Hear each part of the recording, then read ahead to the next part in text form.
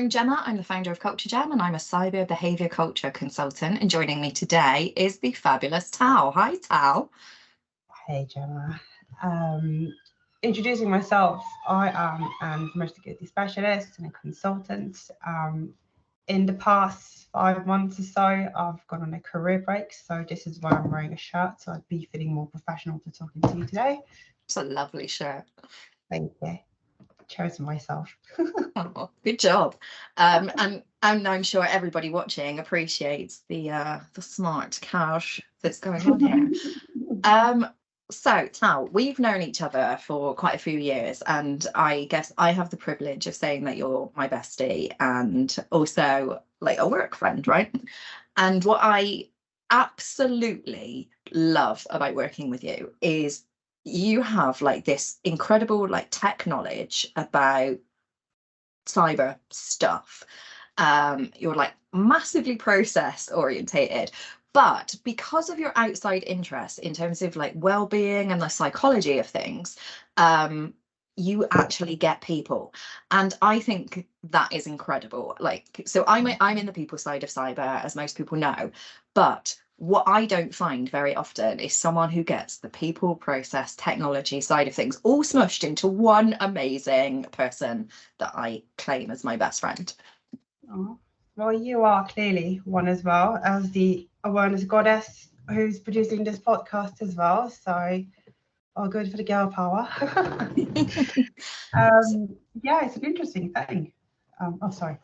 Oh, I was just going to ask you, you said, like, I obviously know what you've been up to for the last couple of months, but on the well-being side of things and the psychology things, you've been doing some really interesting, like, discovery things. Are you okay to share that with everyone? Yeah, of course.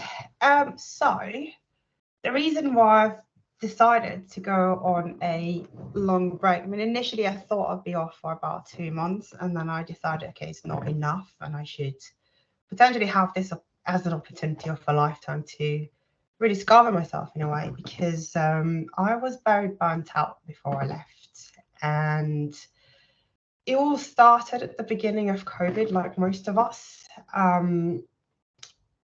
We were taken away from our normal routine. We didn't go to work. For me, I was single. I was living on my own. My whole family lives in a different country. So that was the loneliest I've ever been, potentially. And work served me as a purpose, essentially, because I've been working with incredible people like yourself. And the team that we had were almost like a family to me in a way, because we've been doing so many important things, and that helped me forget the situation that I was at home in a way. So I just did not want to stop working, and I love my profession. It sounds as cheesy as it is. I genuinely feel that we make, if I make even the slightest impact at someone's life, regardless whether it is in an organization or outside of it, then I can go to sleep. Mm-hmm. So I'm not a doctor, so that is, the closest thing that I can do to help people as well. And throughout this time, I'm lucky enough that I had the support from other people with regards to my well-being as well as work, and doing some really nice thing, and also managing other people as well, and trying to keep me being really cool as well. And I realized that sometimes it's not good to just work all the time and forget about the other outside you as well. I mean, I know that we could have only gone out once, but in terms of, I actually forgot what it's like to have a hobby. The routine that you've had, because I couldn't really wake up early in the morning, go to the gym, go to work, then I was just at home all day. And eventually, I didn't even know what burnout was before. So when I've actually sought help, my therapist actually told me, you're experiencing burnout. And I was like, what is this? Because I thought it was another sense of depression or something, and I'm not a depressed person. So it was very strange for me to feel very dissociated from everything, and not being able to go outside without wearing headphones, for example, or even not being able to go to the shops for a while. And slowly but surely, it has definitely improved. But then work never got easy when COVID ended. So I just kept on working at the same pace that I had, if not busier. And until it kind of got a bit much in a way. So I decided, you know what, because I recognized that I don't have a hobby, I need to study something, I need to read something, I need to, you know, watch a movie, something that would just basically distract me from work. But I love work, I love working, and that's another thing, because I feel important when I'm working, and that's also shouldn't be the case. Yeah. So I stumbled upon many. No, I didn't stumble upon them. Basically, I read so many books around neuroscience and trying to understand my brain. And I thought, you know, I'm ADHD. So I thought maybe if I could fix my ADHD, things would be better. Obviously, you can't do it. But I'm really thankful about all of those books that I read, because they taught me a lot about how my brain works, how hormones work, like dopamine, for example, how there is such things like neuroplasticity, when you can rewire your brain, you know, things about mindfulness practices, just taking time outside and connect with nature, and they all do incredible things.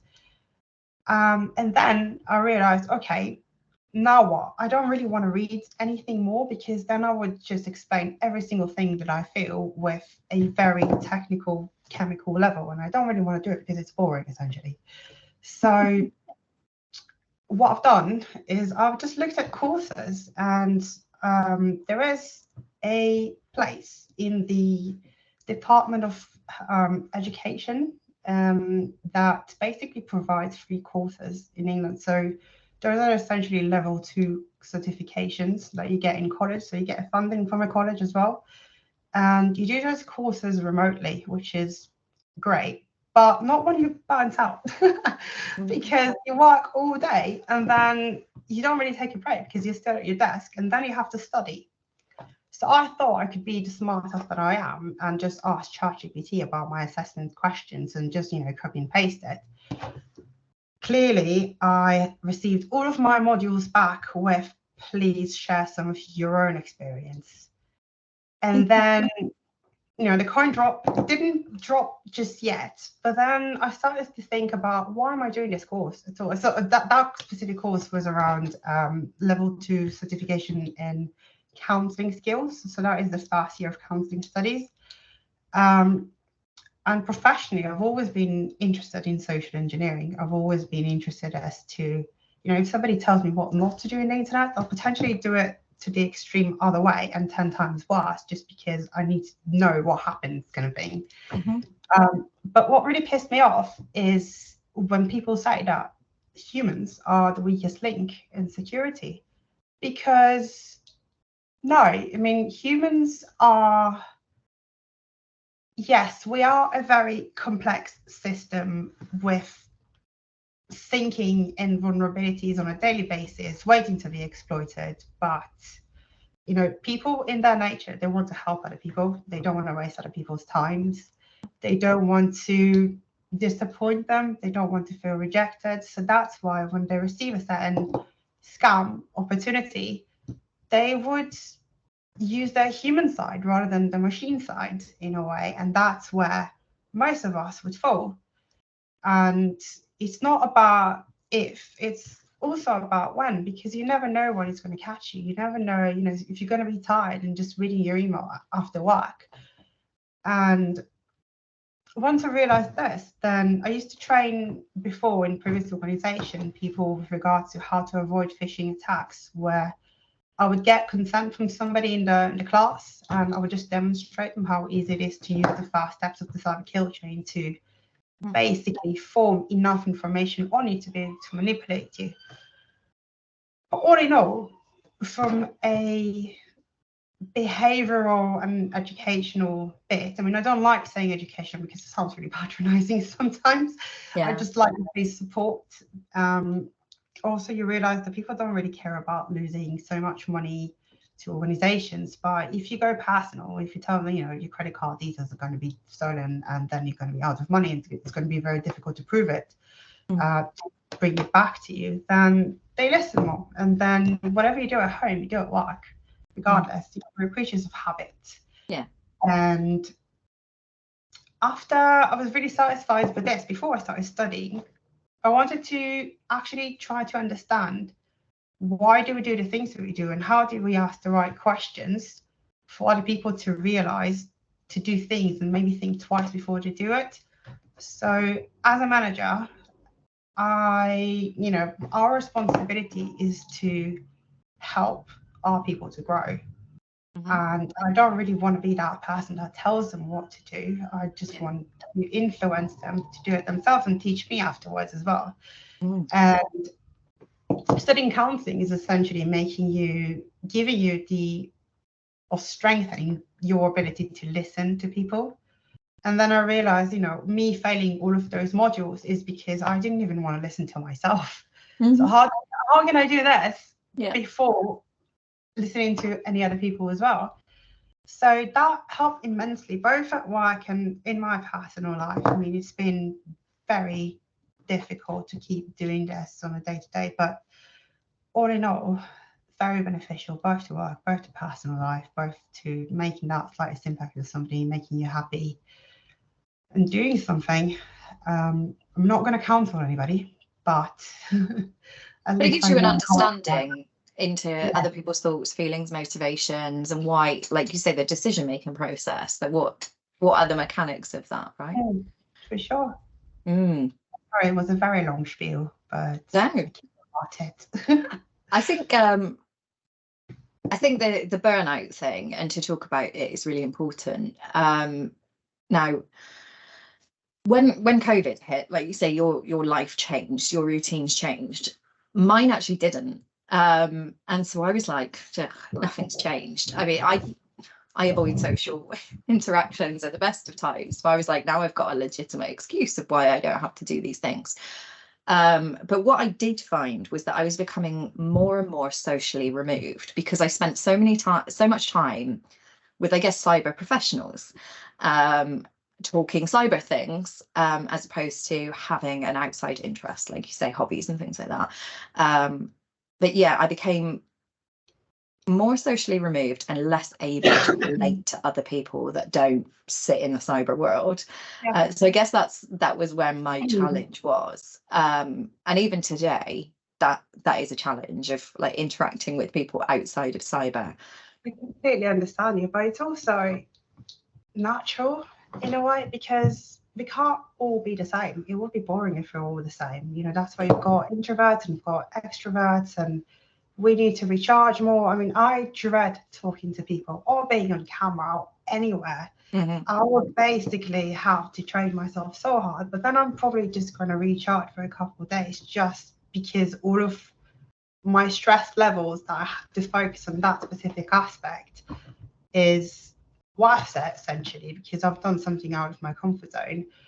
And in every organization and every team, there are introverts that would potentially be more analytic, rather than making sure that they have everything with them before they go and talk to people. Extroverts are actually really good as well, because they can talk whilst I give them everything that I analysed as well, which is win-win situation as well. So learning to accept it, that not all of us are natural born talkers. I mean, I always say I'm antisocial, but no one believes me that I say it. Because I've got friends. Absolutely. Yes. No, I'm a massive introvert, and I don't think people know that at all. So this is really uncomfortable for me. Like, life generally is quite uncomfortable for me. I'm critic as well, which is making things a bit harder too. Yes. So you touched on something that I want to come back to, which is managing people and helping them to grow, which let's say AKA coaching. And I think you and I have had some like personal conversations around thoughts, feelings about like mentoring, coaching, motivational things. And there is anybody who opens LinkedIn today is going to see like it's all your fault if you haven't succeeded, and like you just need to work all the hours or don't work all the hours. And there's so much conflicting information from people who are successful that they're offering you the golden, I don't know what the golden thing in making you succeed that you and I have discussed around like for the masses without that being like a tailored thing? And is it my fault if I haven't succeeded, and all that kind of stuff? Are you okay to have a chat with me about like your management experience and the coaching aspect of that, and then your thoughts and feelings around everybody being able to fix everything and having the silver bullet? Of course. I think with regards to the aiming for the masses thing, there's, I think, a few examples of coaching. I mean, obviously you need to make money. That is one thing. Yeah. But essentially, you do your work, you do your job because you like it, because you want to have people succeed. So it kind of depends on what their inner intentions and what they're actually aiming from their profession. If they thought that, you know, if they do an online course about coaching, that would sort out their lives and they can tell people to be better. But in hindsight, that can destroy a person as well. Yeah. Having grown up in a place that always pushes you to thrive and pushing you to succeed, I've had a massive fear of failure. You know, it's very, when it comes to somebody tells me you have to do this in order to succeed, and I can't do this as a neurodivergent, it basically gets me into a turbulence of negative feelings about myself, and then it would just get worse until I have to pull myself out of it at the very last minute. And I think not all coaching and mentoring is bad, because, as we said, people are not all bad in their nature. It's just about understanding that there are so many different types of people, and there isn't one mold to fit everybody. And it's about listening. It's about understanding that we have our own ways of learning. You know, this is what you're doing. You know, in your amazing product that won an award recently. And the way, I mean, even when you struggle with something to learn and somebody provides you with the opportunity to choose how to do it, you already feel so amazing, because that person has thought about you as a person, and it makes you want to satisfy them. So you would naturally want to succeed more. People can bring value regardless of what it is. That's why cybersecurity, for example, is an incredible example for it, because we come from so many backgrounds. You don't have to be technical to be in cyber. You don't have to train people. You know, you can just sit in a lab and do whatever you want, not whatever you want, but whatever you want for that specific client that require that specific scope. But there's so many different elements of things that make us great as a whole. If it's just one individual that feels that they're completely on their own, it's not going to help anybody. And I genuinely feel bad for the person more than the company, first of all. And when it comes to my managing, I mean, I haven't had many years of managing people, but I'd like to think that giving them the opportunity to express themselves, giving them the opportunity to tell me how they prefer to work, because, you know, nobody really has time to micromanage anybody, and I don't really want to micromanage anybody as well. I've got lots of things to do. If you share your struggles with people, and if you are open as a manager to do it for other people, then there's even more great things that can come out of it. And if you just tell somebody that you can't do it this way, they should ask you why. Because people are so scared of their managers sometimes as well. I mean, how can you be scared of that? So yeah, you'd be surprised.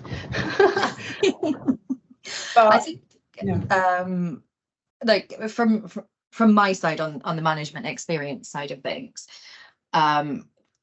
I do come at things from a like mentoring, coaching perspective, and trying to encourage someone to be the best that they want to be, not necessarily can be, because like you say, you've grown up in a world where you're forced to be the best. I grew up in a world where I was never going to be the best because I was just not good enough.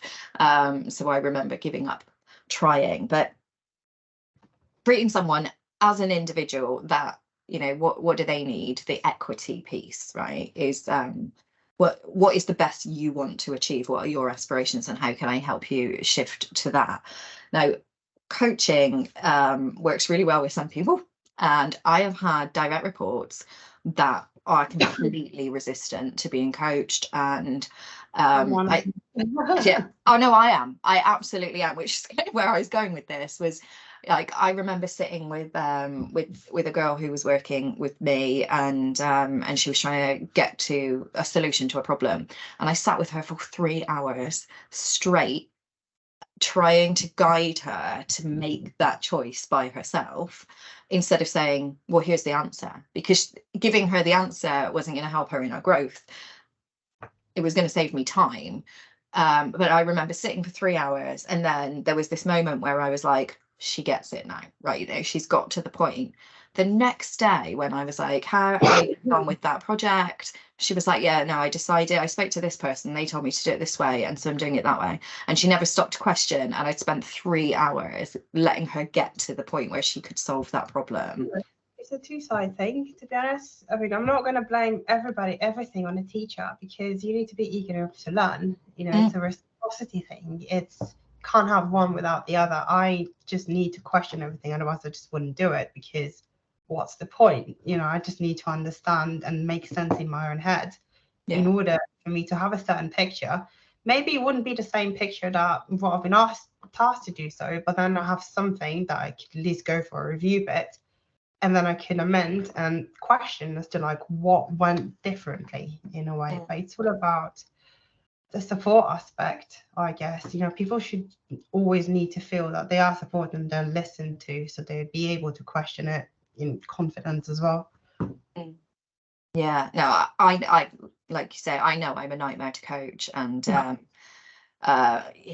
if there's anybody out there in the world who's needs a subject, don't, you know, to get any kind of like hours in, don't ask me, because I will give you all of the amazing at that. Some people are natural born teachers. It's not something that I feel comfortable with, but knowing that I can support and help, then that takes a bit of the heaviness of it. Yeah, a few years ago, actually, it might have been like either at the start of COVID, or I don't know, but one of my, someone I'd worked with before was looking for practical hours for this course that they were taking, and they needed some coaching hours, and this guy was on a bus in India while he was on the phone to me, and everything he gave to me, I was like, no, that doesn't work, no. And I am impossible to be coached. But so also it's on a bus, and that's a multi-sensory overload to some people as well, so you needed to be more considerate. Don't think it's your fault. Oh no, I'm uncoachable. I know I'm a challenge in that situation. Not your fault. I disagree. Not entirely your fault, maybe. I think we were addressing the social removed aspect of my life, and he was like, you know, you'd like find hobbies. Like, I'm not quoting verbatim, but yeah, the general conversation was, he was like, go out there into the world and find your people. And I was like, no, I don't want to. And he said, you know, there's you could walk into this room and there would be all these people that are sitting there thinking like, oh, do you know who we really need is someone like Jemma? And I was like, God, I don't want to hang out with those people that are just sitting and waiting for me. And he was like, but they might be like you. And I was like, no, I don't want to hang out with people like me. That's horrible. Like, I don't want to hang out with people who want to be with me. I don't want to hang out with people who are like me. Like, I want to hang out with you. Well, this, I think, is why we are really good friends. Is there are so many things that we'll talk about and we're like, we're soulmates. Like, we think in the same similar sort of way, but we will also challenge each other. So the title of this series is Cyber Awareness Month with Jemma and Friends, and obviously you're my bestie. Can I ask you what your thoughts, fears, feelings, plans for Cyber Awareness Month are? So my plans personally, I'm not entirely sure, given I'm not currently working on any specific project, but having participated in previous Cyber Months, Awareness Months, I think the importance of it is more the forum aspect of people. Even though we just said that we're antisocial, it's nice to be antisocial with other people sometimes as well, because you get fresh views and things. I mean, we have attended conferences recently where it wasn't very inclusive, and people were supposed to be, I mean, they are thought-provoking leaders, which I do not doubt the fact that they are, and they've done incredible things, but it kind of felt outdated in a way. It kind of felt like it's not thought-provoking if you've been doing it the same thing for years and you've been talking about the same thing for years, because it doesn't change from your end. But what if you put a junior person there, that, you know, just freshly out of university with the most amazing creative ideas? They're definitely going to be a lot less boring as well. And they could provide really good ideas, or at least question things that they think about from a different angle. And that could also potentially be projected into shadowing boards, you know, not obviously to influence a decision, but ask different questions, ask something different, just form a fresh pair of eyes, fresh point of view. Also, Cyber Awareness Week month for me is a good, safe environment to try some of the new approaches that you form in a safe environment. So essentially, you've got a group of really amazing, clever, intelligent people in one room. Make the best out of it. It's the whole aspect of, you know, making the research, doing the workshops rather than the end goal, because you have the opportunity to see what other people are doing, have those different use cases that you've never talked about, or if something happened, unfortunately, you can learn from it, and in a very friendly way, which you can learn from rather than judge, because it will happen eventually. So what on the what you were saying around the the conference side of things, and like the thought leaders, and maybe they've done really cool things. When I'm in a cyber environment and someone says to me, and I guess because I'm a transfer into the industry, and this was not like career number one, this is career number something else for me. Like, I didn't come into the world with a keyboard being like, yeah, I'm going to do cyber things, and was definitely like, cyber is not my problem. There's cyber people that fix that, until I develop my passion. So when I sit and listen to someone doing some kind of spiel about their thoughts or feelings, I know that's not the first time that they've done that talk, and it's like rinse and repeat. So that's where I guess you and I were like, this is old news, this feels like out of date, this isn't that engaging. But what really turns me off is when someone says, hello, my name is Bob, or whatever their name is, and I've been doing this for 25 years. And I have not been doing anything for 25 years other than being me. So like in my career, regardless of which stage of that was, every couple of years I have shifted to something different, like 2 years or so, 2.5 years, because I feel like my operational use becomes stagnant in whatever environment that is. So whether that was in like my marketing career, like you become stale, you just roll out the same concepts over and over again, and the plans for whatever it is, just it is rinse and repeat. But to work on a new challenge is how I grow as an individual. And to have been doing the same job for 25 years, I don't have a huge amount of respect for someone. Like, no offense to anybody, but I don't have a huge amount of respect. I do agree, but I can also challenge this, because we have talked about people not having to strive to be better all the time. Then those guys shouldn't potentially look for that promotion after 25 years as well. But I wouldn't call them thought-provoking leaders, and I wouldn't give them a keynote. And, you know, I sound a bit rude for saying this, but, you know, you give the stage to people that actually care about what they're doing, rather than, oh, look at me with this person, look at me with this person, I've done this, I've won this award. And it's like, good for you, but what are you actually talking about? Because I'm getting a bit frustrated. I would rather listen to a disruptor than a thought leader.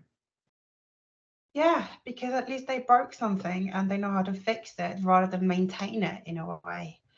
And I mean, each person to their own. I mean, I'm sure that not all people in cybersecurity are in cybersecurity because they really have a passion for it. We're very lucky that we do have it. Yeah. You know, we are lucky that we come from those specific aspects in our lives, which we found where we strive at and where we know we make value as well. The one thing that also really annoyed me, more than annoyed me, when I was a bit younger and I started my career about 12 years ago nearly, when I joined in a consultancy and people wouldn't talk to me because I was a woman. And back when I was at home in Israel, I grew up knowing that I could do whatever I want to do. I could drive a tank if I want to. You know, I could work in every certain man position that I could. And in here, it was a complete shock to my system because, fine, I'm young, but I've got experience and I am your consultant. And in that specific aspect that happened, I was doing their IT internal audit. So they have to be nice to me. Not that I'm doing anything bad for them, but at least it would be very helpful for them to collaborate. So it wouldn't take a lot of time. They wouldn't think that I'm going to do bad things for them as well. Yeah.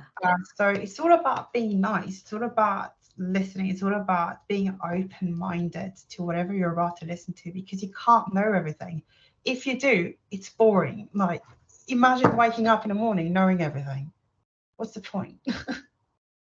Yeah, no, Really? I can't even imagine that. I know from like my circle, both like inside and outside of cyber, what they say to me is that they, in these thought leader talks of people who've been doing stuff for forever, and they're telling you of all the cool people they met in the toilets of wherever, and yeah, like all patting themselves on the back, is there's no tangible outcome of like, how do I action that? Like, yeah, you've told me there's a cool thing that I could do, but how do I do that? Like, and they would much rather listen to someone say, like, here was the problem, here's how I solved it, and here's how you could solve it, as opposed to, look at me, I've been doing this for 25 years and I've met all these cool people, and here's a picture of me next to someone that's really cool. Of course, I mean, technology always evolves. If you think you've been doing the same thing for 25 years, you know, there's potentially a lot of different enemies out there that, you know, are so many steps far ahead of you, which you need to be concerned about. If you don't question your processes and the way that you work and the way that you're monitoring stuff, the way that you need to include your things that you care about, then you are in trouble, because you need to be on top of that rather than just go through the day, which is a bit bad because we have to be paranoid in our day-to-day lives. That's not great, but we love it at the same time. On the subject of things that you care about, and this is my final question to everybody that I've been talking to, which is, if you could have one cyber wish during Cyber Awareness Month, what would that be? So before joining our podcast, I watched the one that you've done with Dennis, and he said about MFA. So yes, MFA, obviously, but from a human perspective, I'd just basically say to anybody not to make assumptions, regardless whether it's at work or at home or when you walk in the street as well. I mean, system-wise, yes, don't make assumptions, have MFA, or, you know, assess your environment once in a while. Humans, you know, we've touched on the fact that we are a big ball of vulnerabilities walking about all the time, about to explode. Just notice what's around you. If something doesn't look right, don't assume that it is still right. Yeah, that's right.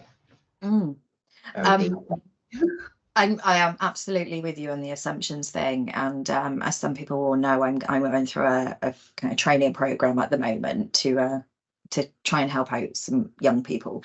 And one of the activities that I think it was last week that was happening in my school that I'd gone off to was we were given photos of young people. And it was the task was, what assumptions would you make about this person? And I absolutely failed the exercise because I was like, I can't just look at that photo and make an assumption about something. Like, where's the context? Like, where, like, it was, you know, an image of a child, white background, like nothing. There was no story in that picture. It was just a child. And I was like, I wouldn't, that's not who I am. I don't just wander about the place being like, you know, making assumptions or pointing fingers or being like, oh, that, you know, that person I'm scared of. So I find that exercise really challenging. And so I don't make assumptions about anything, about anyone. I like to know more about the situation before I can make any kind of assumptions.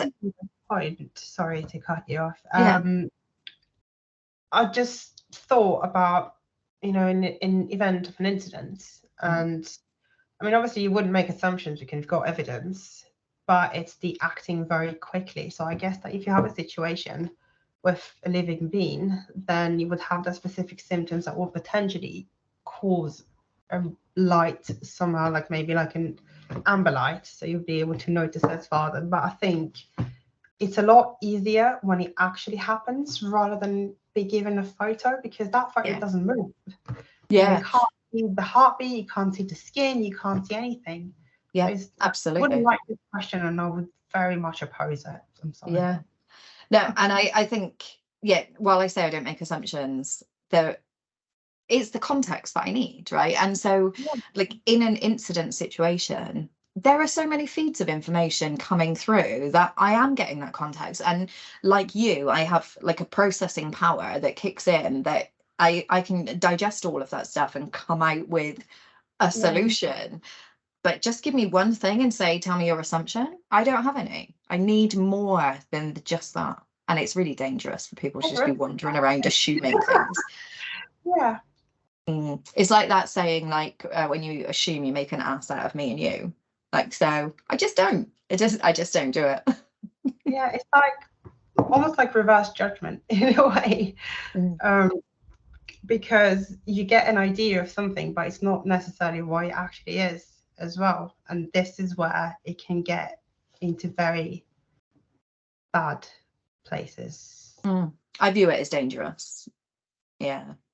In whatever context that is, whether it's work or personal or fit, like, you know, I could disregard someone who needs my help because I make an assumption about how they look or how they sound or something. And but obviously there is, as humans, we have survival instincts. So if we see something questionable, we may shy away from that to protect, for self-preservation.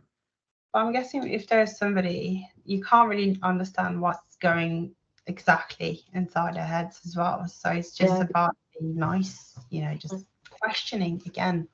Communication is key. Yeah.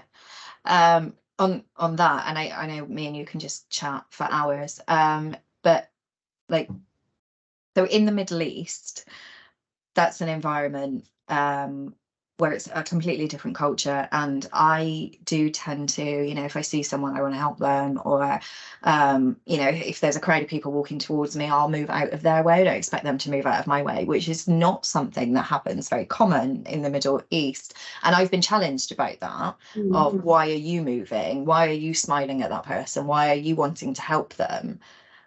And I'm like, London. Yeah, it could be London. Yeah, right, exactly. There's lots of places where there's cultural reasons why you don't do that. And absolutely, I think you and I were at a conference the other day, and I walked over to some guy and was like, hello, I know this isn't the London thing, but can I sit here? Like, and he was like, I'm from Manchester. So culturally it was fine for him. But if I walked over to someone from London and was like, hey, and started talking to them, it would be a different situation. Thank you. You go ahead. Don't talk to me. Yeah.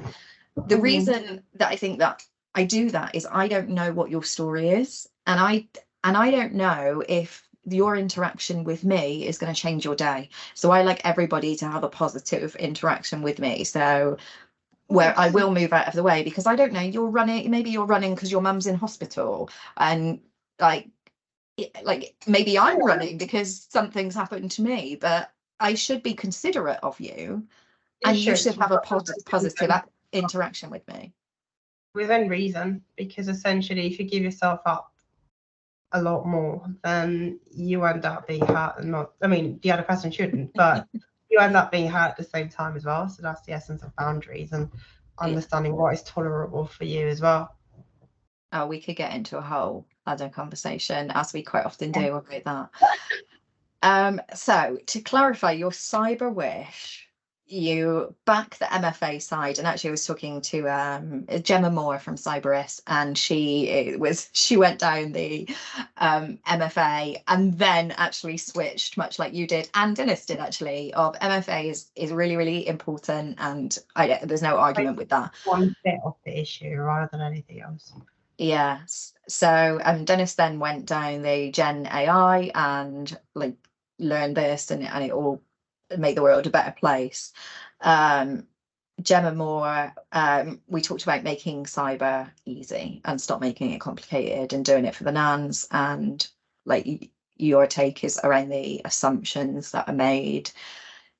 So yeah, I keep saying to people at the end of all of this, I'm going to have to try and back one of your wishes, and so far I can't call it, but MFA does seem to be a strong thread going through all of them. But yeah, so I will tag you in all of the taggy places, and if you want to get in touch with Tao, like, please do, because she's just excellent. And I say that like on a professional and personal level. So we've had the pleasure of working together, and you've helped me out with some projects, and obviously I then, from working with you, discovered how great you are, and then sucked you into being my best friend. So yeah, please do get in touch with Tao, and thank you so much for taking time out of your career break to come and talk cyber things with me. I love that. Thank you. Thanks, Tao.